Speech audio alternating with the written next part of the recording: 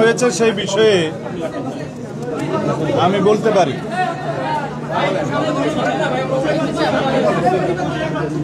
এক নম্বর, বিগত দিনের আলোচনার ধারাবাহিকতায় আজকে ৭০ অনুচ্ছেদ অনুসারে আমাদের একটা সিদ্ধান্ত হয়েছে। ৭০ অনুচ্ছেদে সবাই দুইটা বিষয়ে একমত হয়েছে।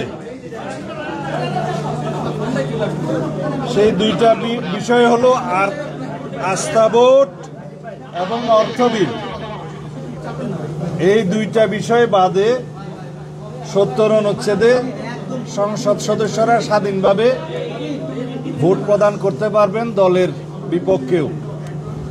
কিন্তু আমাদের আরেকটা অবস্থান আছে, আরো কয়েকটি রাজনৈতিক দল তার সাথে সংবিধান সংশোধনী বিলের বিষয়টি যুক্ত করেছেন, আমরাও করেছি। আমাদের দলের অবস্থান হচ্ছে তার সাথে আমরা লিখিত প্রস্তাবে যেটা আগে দিয়েছিলাম, জাতীয় নিরাপত্তার বিষয় উইদিন ব্র্যাকেট যুদ্ধ পরিস্থিতির মতো কোনো বিষয় থাকলে সেই ক্ষেত্রেও সংসদ সদস্যগণ স্বাধীন থাকবেন না। সিদ্ধান্ত হয়েছে আস্থা ভোট এবং অর্থ বিলের বিষয়টি জাতীয় সনদে উল্লেখ থাকবে, সবাই স্বাক্ষর করতে পারবেন।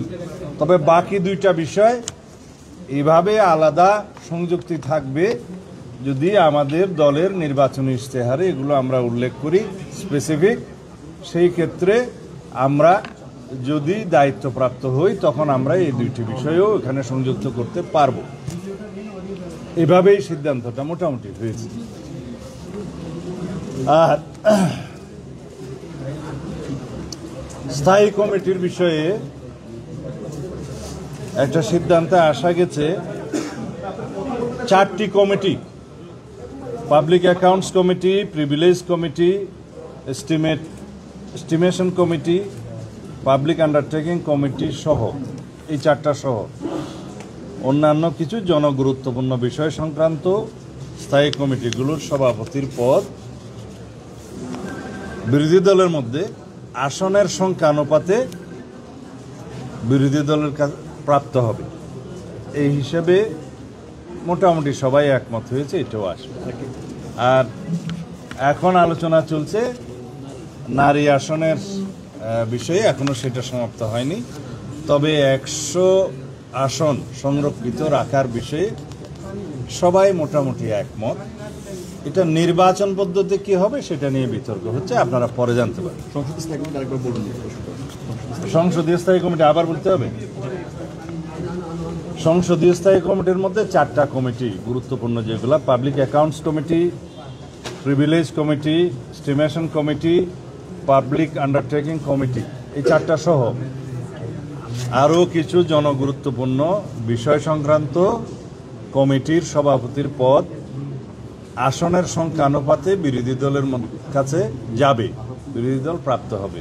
সেটা বিরোধী দলের সদস্য সংখ্যা কত হলো বা সম্মিলিতভাবে ট্রেজারি বেঞ্চের বাইরে কতজন থাকলো, তাদের মধ্যে কয়টা সভাপতির পদ কারা পাবে সেটা পরে নির্ধারিত হবে। তবে নীতিগতভাবে এটা যে সংখ্যা আনুপাতিক হারে সেটা বিরোধী দলের কাছে যাবে সভাপতির পদগুলো। ওইখানে আমরা এখনো আসিনি। আমরা এখন নারী আসন নিয়ে আলোচনা করছি। তা নারী আসনের বিষয়ে এইটুকু হয়েছে যে 100 নারী আসন, বর্তমানে 300 আসনের সাথে আরও 100 নারী আসন স্থায়ীভাবে সংসদে সংবিধানে সংরক্ষণ করা হবে নারীদের জন্য। সেই বিষয়ে সবাই মোটামুটি একমত। নির্বাচন পদ্ধতি নিয়ে আলোচনা চলছে। ধন্যবাদ। এখন পর্যন্ত যে মিটিং তাতে আপনারা সন্তুষ্ট বলা যায়? সন্তুষ্ট হব কি হব না সেটা আলোচনার পরে হবে। তবে আমরা চাই জাতীয় ঐক্যমত সৃষ্টি হোক, আমরা সবাই একটা জায়গায় আসি এবং সংস্কারের মধ্য দিয়ে আমরা আমাদের নতুন গন্তব্যে পৌঁছাই এবং আমাদের সেই শক্তিশালী গণতান্ত্রিক বাংলাদেশ আমরা বিনির্মাণ করি। আমরা চেষ্টা করছি সবাই যাতে মিনিমাম একটা জায়গায় এসে সংস্কারের বিষয়গুলো সমাপ্ত করতে পারি এবং জুলাইয়ের মধ্যে যাতে জাতীয় সনদ স্বাক্ষরিত হতে পারে। ধন্যবাদ। এটা জাতীয় ঐক্যমত্য কমিশন জবাব দেবে, আমি এই বিষয়ে কথা বলবো। Immigration to Canada.